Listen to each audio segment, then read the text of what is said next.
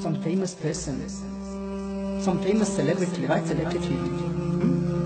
Someone famous, someone that you love the most in dunya, some president, prime minister, some football player, some cricketer, someone that you love the most, they write a letter to you. And it is written in a different language. They send a letter to you, and it is written in a language, it's a foreign language, you don't understand the language. But that person is just love it. Even if you don't understand the language, you will search for someone who will translate.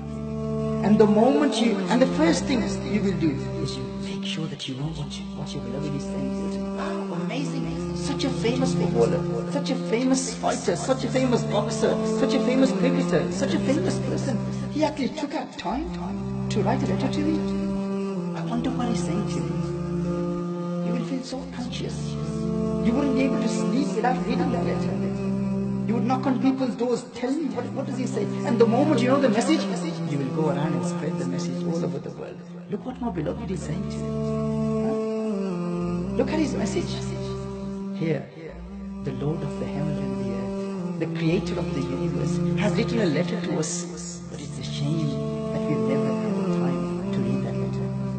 We've never made time to read that letter. He has sent a message to us, but we do not even know the meaning of it.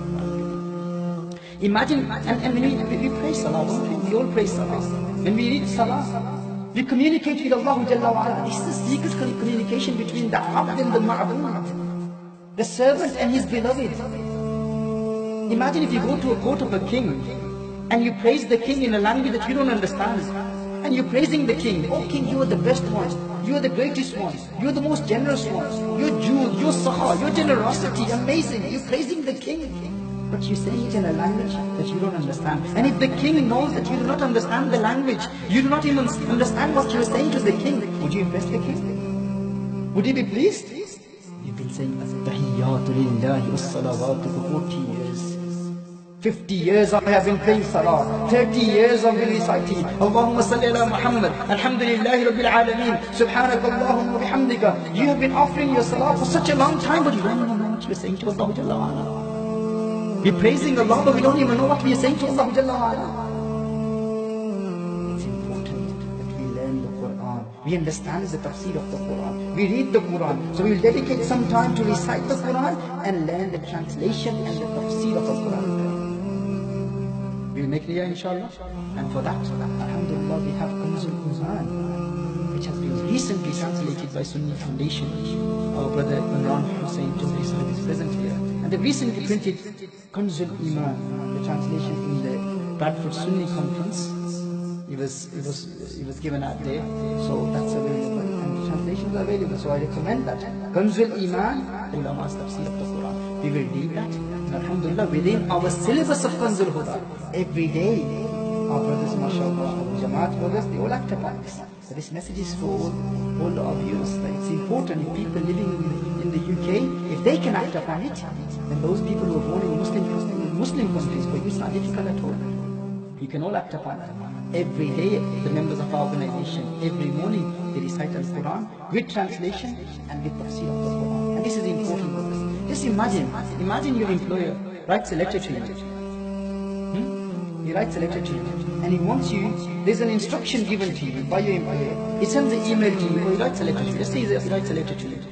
In the letter, there are clear instructions given to you. Certain things for you to act upon. He sends a person to you and the person goes and he watches you and he says that, look, here is a letter sent by our boss, our employer, he sent it and he wants you to act upon his instructions. You say, oh wow, you see the letter, pick up the letter, you put some letter on the letter, and then you put a khilaf on the letter, and then you place it in a high elevated place, and every morning when you get up, you pick it up and you kiss it, you place it on your heart, and you love it, and after a month the employer comes to you and says, I sent a letter to you, did you act upon the instructions? I didn't act upon the instructions, but I love the letter. I love the letter. I kiss it every morning. I look at it every morning.